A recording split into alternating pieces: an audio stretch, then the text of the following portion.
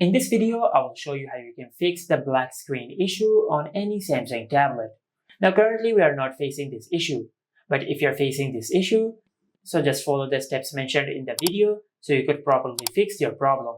Now to fix this issue, just simply perform a force restart on your tablet. To do that, just press and hold the power button and the volume down button at the same time until you see the Samsung logo on the screen. And let's press and hold the power button and the volume down button at the same time. As you can see, currently we don't have this problem. And as you see the Samsung logo on the screen, just release both of the buttons.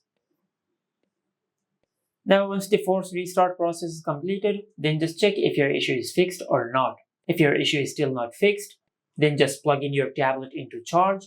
But before you do that, just check the charging cable and the adapter of your tablet. Now if the charging cable or the adapter is damaged, just replace your charger.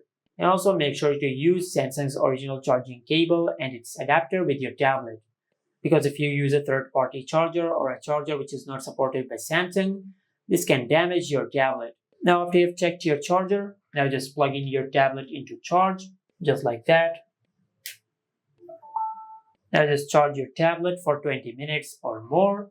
And after that, just perform a force restart as I have shown you earlier.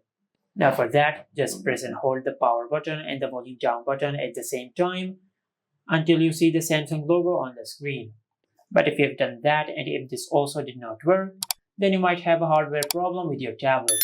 Just take your tablet to any service center and they will fix your issue. And this is how you can fix the black screen issue on any Samsung tablet. Make sure to like, comment, and subscribe. Thank you for watching.